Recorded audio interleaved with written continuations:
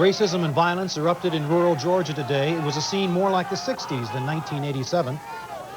And an executive from one garbage company was hit by a rival company's garbage truck, and now they're calling it Oakland's garbage war. They donated thousands of blankets to help the homeless in Los Angeles. Even so, the killer cold snap enveloped the city, took at least 2 lives. And the Harlem Globetrotters are back in town for the first time ever. There are 2 women on the team. Those stories and all the news on this Saturday night, January 17, 1987. Now, the Bay Area's most complete nighttime television report. This is the 10 o'clock news with the award-winning Channel 2 news team and late satellite coverage from around the world.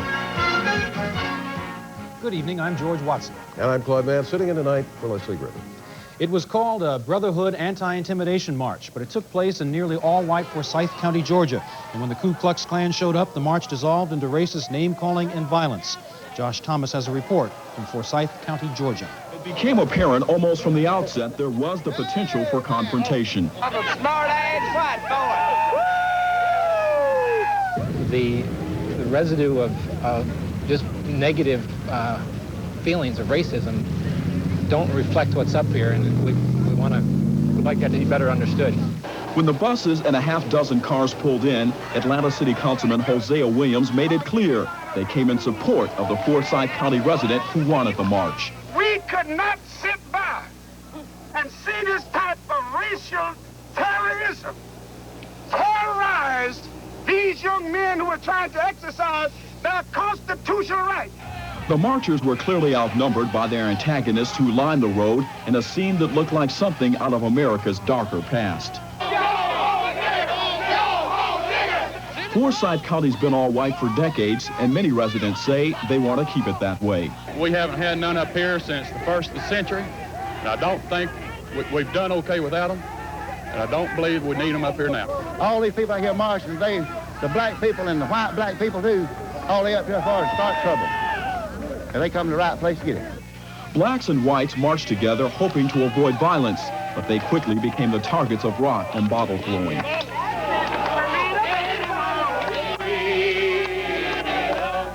It's mind-boggling to see that things like this still exist in America. But hey, you got all kind of people. People like them, they look like me and my friends, and I think someday, we're going to be able to reach people like that too. The 2 sides were kept separated, and there were a half-dozen arrests. But finally, the marchers were asked to get back on the bus when things got out of control. The organizer, Dean Carter, reflected on the day's events. I thank God that I did not bring my wife and 2 children today. That this is ridiculously sick. Listen. To have all this go on in America and people not stand up against it. We shall overcome. Everybody. The demonstrators said that despite what happened today, they will return to Forsyth County, Georgia. At Cape Canaveral today, more than 100 people, including famed baby doctor and activist Dr. Benjamin Spock, were arrested in an anti-nuclear weapons protest. At least 4,000 peace activists marched to the Air Force Station where the newest nuclear missile, the Trident II, is being tested. The demonstrators said the Trident II missiles escalate the U.S. arms race with the Soviet Union to a very dangerous point. It brings nuclear war closer because of fearfulness on both sides. Very dangerous. After talking to reporters, Dr. Spock joined about 140 others. They climbed over the Air Force Station fence. They were promptly arrested. All were charged with misdemeanor counts of trespassing. Thursday will be the 14th anniversary of the Supreme Court decision legalizing abortion. Every poll since that time makes it clear most Americans support a woman's right to make her own choice about abortion. Nevertheless, anti-abortion forces have made their cause one of the hottest political issues in the nation. And bombings of birth control clinics are certainly not uncommon. One of the most outspoken leaders of the anti-abortion movement, a man who sympathizes with the clinic bombers, was in the Bay Area today, and Bob Hirschfeld talked with him. The man in the black hat is the one to watch. He's Joe Scheidler, 59 years old, a former Benedictine monk. He's considered by many to be the father of the activist anti-abortion movement in this country. Abortion kills babies! Abortion kills babies! Scheidler's been arrested 9 times for his anti-abortion activities, and he still faces felony conspiracy charges in Florida. His supporters in the Bay Area joined him here at the Pregnancy Consultation Center on Bush Street for what turned out to be a strictly symbolic protest, since the abortion clinic had already closed for the day. All day long, the abortions go on here. Just that they're not doing them now doesn't really matter. This is the place. This is the death camp. And we're protesting it now because it deserves to be protested a day in and day out. The clinic's director of operations came out to watch the protest, but said there was no problem as long as everyone stayed on the sidewalk. She said about 40 abortions are performed here every week. As far as we're concerned, we're pro-choice, and the patient's allowed to make her decision on whatever she wants to do, whether she wants to have an abortion or whether she wants to carry through with the pregnancy. That's her choice, not their choice. The movement has its roots in the church. Earlier today, the activists met here at St. Dominic's Church for a refresher course from Scheidler on what their cause is all about. If you lift a puppy out of a litter, the mother dog bares her fangs. It's an animal instinct to protect your own, and we are telling our women, kill your children. You have a right to kill your children. We have gone beyond animality. We have gone beyond the beast, because we are human, and our killing is so vicious, so anti-God. Scheidler literally wrote the book on fighting against abortions. He's an effective speaker, holding his audience spellbound, mixing humor with a healthy dose of fire and brimstone. He doesn't talk about violence, but just about anything short of that is okay. His big hope is for a change in the Supreme Court, a new justice who would vote to overturn the landmark decision that permitted abortions in the first place. If one of these guys, Bill Brennan or one of them, could be dragged screaming to an asylum somewhere and forced to resign, and we could replace him while Reagan's still president, we might turn this thing around overnight, and they know it. They know Joe Scheidler, too. He's not a fighter to be underestimated. In San Francisco, Bob Hirschfeld for the 10 o'clock news. A 73-year-old woman was found dead in her Oakland home this morning, and police called Oakland police when they didn't see Peggy Arlene Cutteridge for the past 2 weeks. When officers broke down the door to her Diamond District home this morning, they found her body. Police say there were signs of a struggle and that the woman may have been sexually assaulted.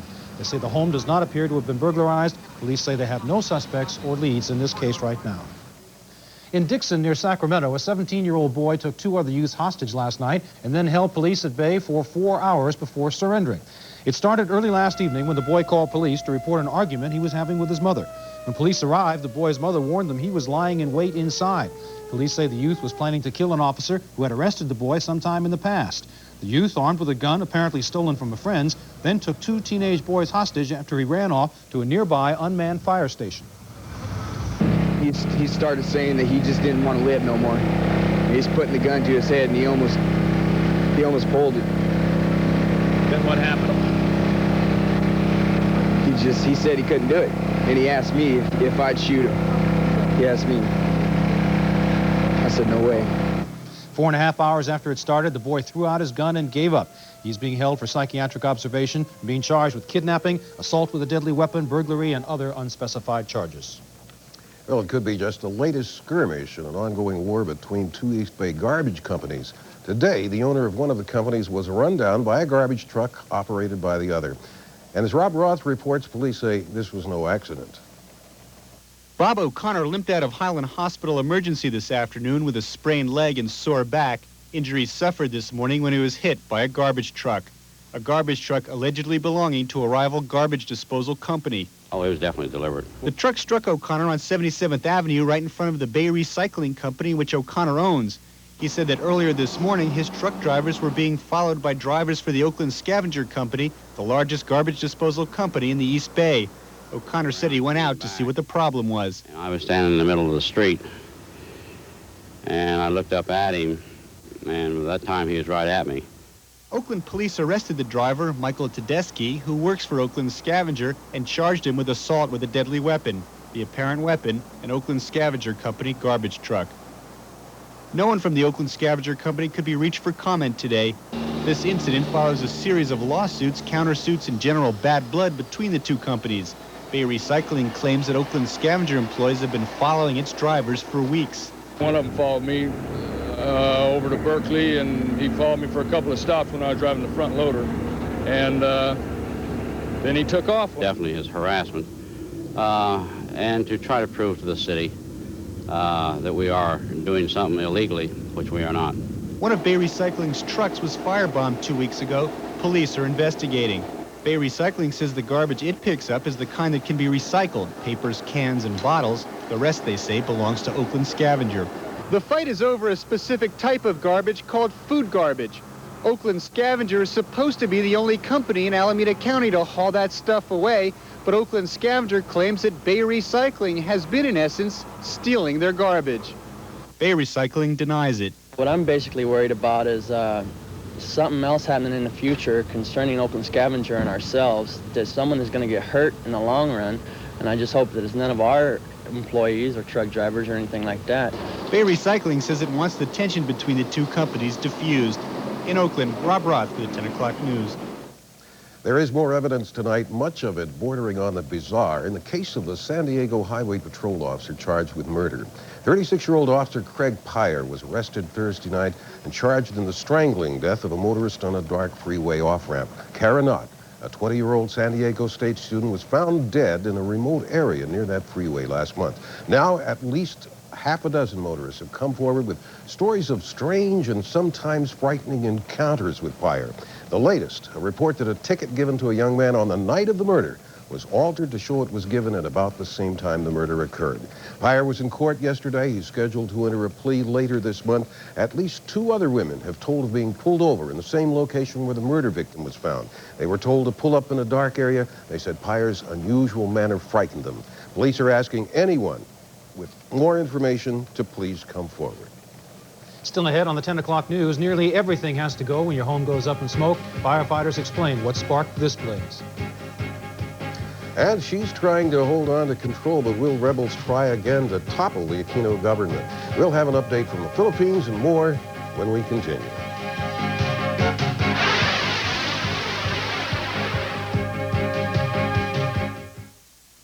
In the past 40 years, we've seen some legendary performances by members of our team. Superb athletes who electrified us all with their extraordinary skill. Volvo has recorded legendary performances too, in automotive engineering, luxury, and durability. This year, you can expect an even greater performance from your 1987 Volvo. See it, drive it, step into the luxury of the automobile that's become a legend. Now at your Bay Area Volvo dealers. Peas again? Wouldn't it be nice to find something different than peas again?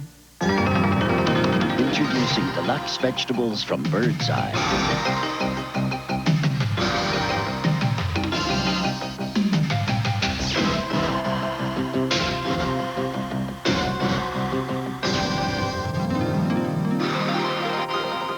With new Birdseye Deluxe, dinner will never be the same. Only Ortho King and Queen mattress sets include extras like this. It's everything you need. And low prices like this. Ortho, a great mattress at a great price. What have you got there? Dozens of donuts. What are you doing? Treating the masses. Treat the ones you love and save $1.81 on any Winchell's dozen. Ceremony Ford wants to be your car dealer.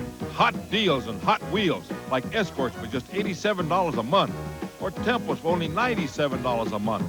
And we want to be a truck dealer, too, with 3.9% financing or up to $600 cash back on Rangers and Bronco, too. Hot deals and hot wheels, now at Ceremony Ford.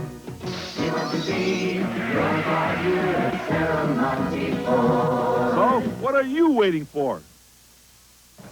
2 San Francisco men were rushed to the hospital today after a fire broke out in their 4th-floor apartment. The apartment was totally gutted by that blaze, even though 60 firefighters from 2 stations were called in and were able to bring the flames under control in just a matter of minutes. The blaze broke out before 10 this morning near Fisherman's Wharf. Officials say 1 man suffered burns when he tried to put out the fire himself. We're certain that it was started by smoking either in bed or on the couch. The fire got started and they tried to put it out and it got away from them. Another man was treated for smoke inhalation and released. The other victim is in satisfactory condition with burns on his face and chest. Firefighters do manage to prevent the flames from spreading to other parts of the building. Damage estimated at about $40,000. Federal investigators are still probing last Thursday's mid-air collision near Salt Lake City in which 10 people were killed. They now think one of the planes may have been in the wrong airspace. Tyler Henry reports. Investigators say an aircraft, which might have been the Mooney, did in fact appear on radar along with the SkyWest plane in the minutes before the collision. But although witnesses say the Mooney had been practicing landings and takeoffs at Salt Lake Airport number 2, the plane on radar was not taking off from that airport, but passed above it. We picked it up some 6 miles southeast of Salt Lake City 2 on a northwesterly course. Investigators say the Mooney may have been flying over the airport after finishing its landing and takeoff drills. Investigators say the Mooney entered restricted airspace reserved for planes landing or taking off at nearby Salt Lake City International. At the time of the collision, both the SkyWest plane and the plane that passed over Salt Lake Airport number 2 both disappeared from radar being monitored by air traffic controllers. Investigators say the air traffic controller who was guiding the SkyWest plane voluntarily underwent a test for possible drug abuse, and the results were negative. And he's clean on all the compounds looked for that. On the right wing of the SkyWest plane, investigators found pieces of red glass, possibly from one of the Mooney's wing lights. The evidence supports accounts by eyewitnesses that the left wing of the Mooney collided with the right wing of the SkyWest plane. The investigator's job isn't being made any easier by the fact that neither plane was equipped with a cockpit voice recorder, which would have tape recorded the final conversations among the pilots, or a flight data recorder, which would have stored valuable information such as whether or not either plane swerved to avoid a collision. Small commuter planes and private aircraft like those involved in this crash are not required by law to have such instruments, which are required for larger planes. There's no way we're going to be able to determine what was going on in the cockpit of the Metroliner, the SkyWest airplane, prior to the accident itself. Incidentally, that was in Kearns, Utah. Investigators, though, aren't commenting on the possibility of pilot error, but they do point out the pilot of the private plane was relatively inexperienced. He had only 38 hours of flying time in that particular type of aircraft. The Justice Department is wrapping up its side investigation at the DuPont Plaza Hotel in San Juan, Puerto Rico. A New Year's Eve fire at that hotel killed 96 people and injured 140 others. The Justice Department now says it's just about ready to turn the hotel back over to its owners, although investigators may want to reserve access to areas where the fire is believed to have started. Also today, a lawyers group publicly denounced attorneys who rushed to the disaster scene in search of clients among the fire's victims. The American Board of Trial Advocates called that conduct deplorable. The group said it wanted the public to know at least some lawyers are concerned enough to speak out. One day after being held hostage, the president of Ecuador faces new troubles today. President Leon Fabre Cordero is now being threatened with impeachment by the Ecuadorian Congress because of yesterday's kidnapping. Fabre Cordero was freed last night, 11 hours after renegade military officers kidnapped him in a gunfight. He gave in to their demands and he ordered the release of a general who had been imprisoned for leading a rebellion last year. Members of the opposition scheduled a special session Tuesday to hold impeachment hearings. They're complaining that the president cannot control the military. The families of 2 hostages held in Lebanon said they had a ray of hope today. They saw photos of their loved ones released in Beirut, appeared in the paper there, proving that the hostages are still alive. Roderick Pratt has more on the hostages and the efforts to free them. The photographs of Joseph Scipio and Edward Tracy first appeared in Beirut's Independent and Nahar newspaper. The newspaper said they were sent to its offices inside a white envelope marked Revolutionary Justice Organization. The group claimed responsibility for the kidnapping of Scipio last September and of Tracy only a month later. Another photograph of hostage Terry Anderson was received on Friday with a typed message from Islamic Jihad threatening to attack Kuwait. Islamic Jihad are believed to hold Mr. Anderson, who was seized in 1985. Publication of the pictures was perhaps the best news the Archbishop of Canterbury's special envoy Terry Waite has received since he arrived in Beirut on his latest mission. He said the photographs showed the men, all Americans, were still alive. It was, he said, a very good sign, and he's both pleased and encouraged by the news. Waite found some time to relax on the Beirut seafront, surrounded by his bodyguard of armed Druze militiamen. Otherwise, he continued his meetings with Lebanese politicians and religious leaders. He met the moderate Sunni Muslim education minister Salim Hoss, but he maintained secrecy over his behind-the-scene efforts to secure the release of hostages held in the Lebanon. After meeting Hoss, Waite said they'd agreed that the hostage problem was the key to resolving some of the broader problems facing the people of Lebanon. Terrorism experts warned today that the American hostages could be in even greater danger if the U.S. pushes for the extradition of the Palestinian man arrested in West Germany for the TWA hijacking in 1985. In the Philippines tonight, the military is on red alert amid reports of a plot to destabilize the government of Corazon Aquino. In spite of warnings that her security was at risk, President Aquino today visited the troubled island of Mindanao. 11 civilians died there in fighting before a ceasefire with rebels took effect, and Mrs. Aquino then arrived. The president was campaigning for the new constitution, which she says is needed for political stability. Still ahead, who will help the homeless who are freezing in the current cold wave? A plea for warmth does not go unheeded. And in Europe, where the weather is still heating up, though bone-chilling cold, a huge symbol of winter hovers over West Germany.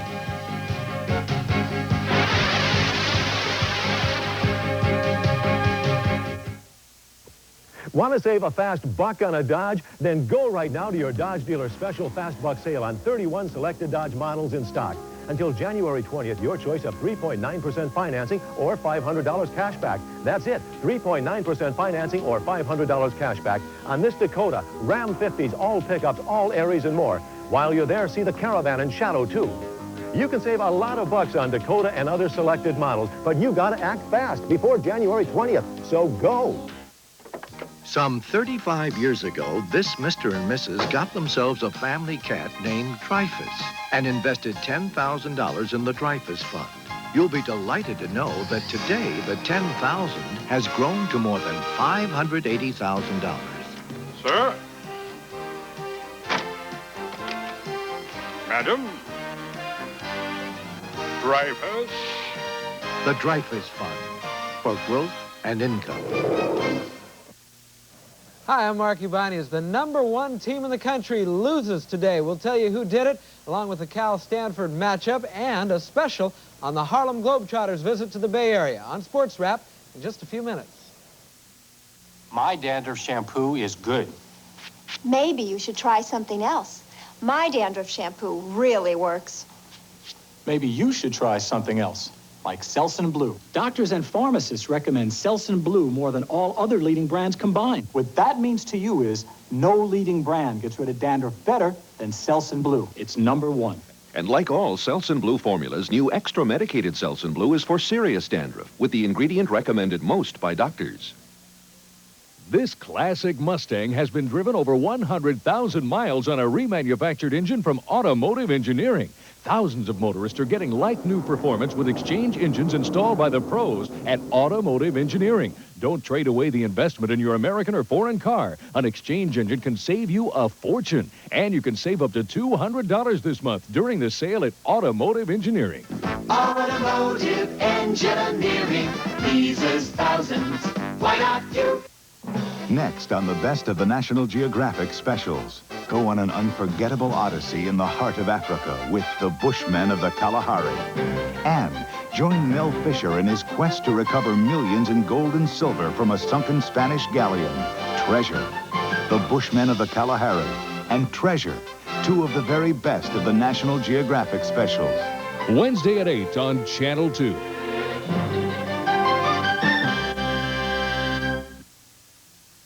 A winter storm centered over the southern Rockies and traveling eastward is leaving heavy snow and chilling temperatures in its wake.